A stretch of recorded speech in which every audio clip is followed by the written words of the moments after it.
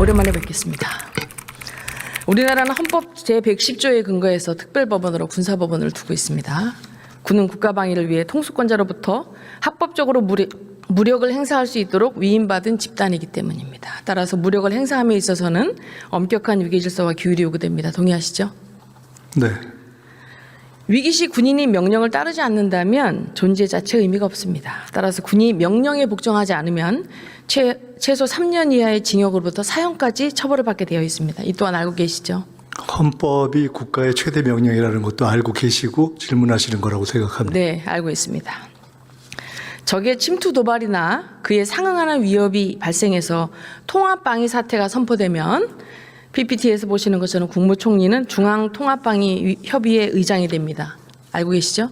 네, 그 적의 침투나 이런 경우에 지난 12.3 개헌 같은 경우는 전혀 포함되지 않기 때문에 그런 경우에 군을 동원하거나 또는 거기에 가담하는 경우는 굉장히 정신 나간 경우라고 생각합니다.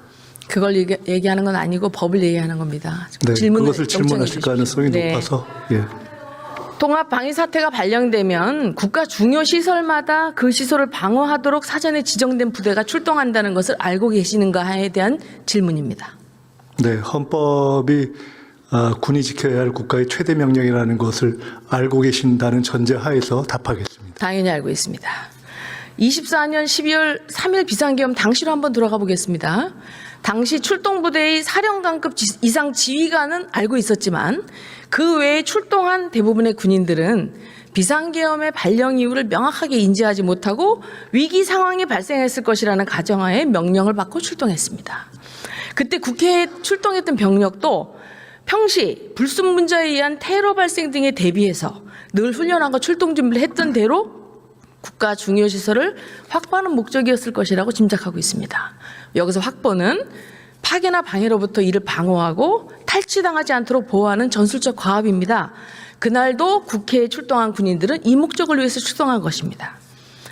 그래서 대한민국의 최정예 특수부대가 힘이 없어서 시민들께 저항하지 않고 몸싸움을 회피한 것이 아닙니다. 우리 군은 국민을 향해 총부리를 겨누지 않았습니다. 단지 명령에 따라 출동했을 뿐입니다. 총님 어떻게 생각하십니까? 명령에 따라 출동했지만 그때 평장병들조차도 사실상 국가 비상사태에 준하는 상황이 있지 않았다는 것, 그리고 그 당시 현장에서의 상황에 대한 상식적 판단에 기초해서 사실상 군이 그 계엄에 복무하려는 사령관들이 내렸던 그런 명령에 응하지 않거나 또는 소극적으로 임한 매우 장한 행동을 했던 것을 기억하실 것입니다. 사단급 이하 제대는 법무참모가 없어서 당시 상황이 위법적인지 잘 모릅니다. 이렇게 이유도 모르고 명령을 받고 출동했다는 이유로 현재까지 중징계를 받은 인원이 대령급 이상 21명, 보직대기 인원이 52명입니다. 여전히 많은 장병들이 수사와 조사를 받고 있습니다. 이렇게 실제 정확한 내용도 모르고 명령받은 군인들의 싸우려는 의지를 꺾어서 무엇을 얻으려는 겁니까, 총리님?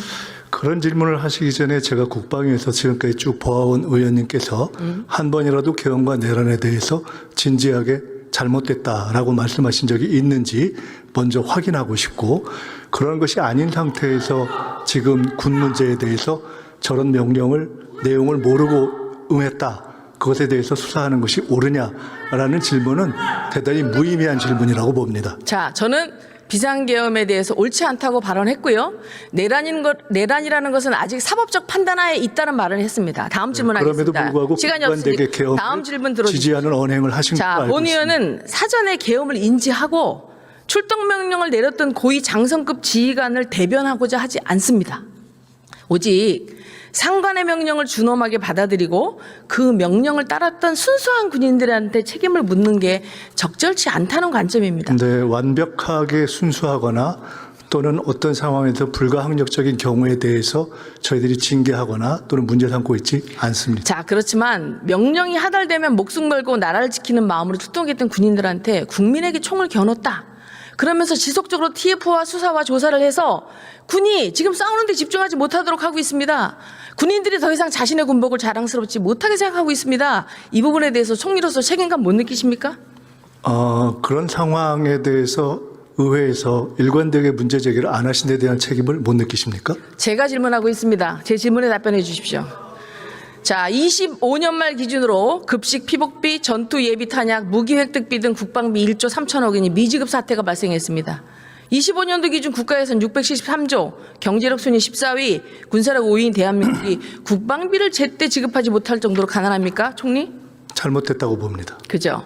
정부는 지난해 2차 추경을 통해 민생회복 소비 쿠폰 12조 1천억 원 현금을 살포하고요. 미래 세대에게 빚을 전가하는 적자국제 21조를 발행했습니다. 당시 기재부는 국고 부족을 알았어요. 그래서 5조 원을 차입하면서 여기에 국방비 1조 3천억 원 포함시키지 않았습니다. 고의입니까 실수입니까? 지금 말씀하신 것과 국방비 미지급 문제는 전혀 연동되는 사안이 아니라고 보고 연동되는 것입니다. 확인한 9일 바로는. 다 해결되었습니다. 자, 그래. 만약에 이게 고이면 적 기술적 문제에 대한 문제를 고이면 이게 고이면 국방력을 약화시키려는 의도일 것이고 실수라면은 국가안보를 소홀히 하는 이 정부를 대변하는 것이라고 생각하는데 그건 어떻게 생각하십니까? 지금 이 정부에 대해서 국가안보를 소홀히 했다라고 말씀하시는 것에 대해서 전혀 동의하기 그렇지 않습니까? 대통령은 자주 국방 실현을 앞당기겠다. 국방을 외부에 의존하는 것은 자존심의 문제라고 언급했습니다.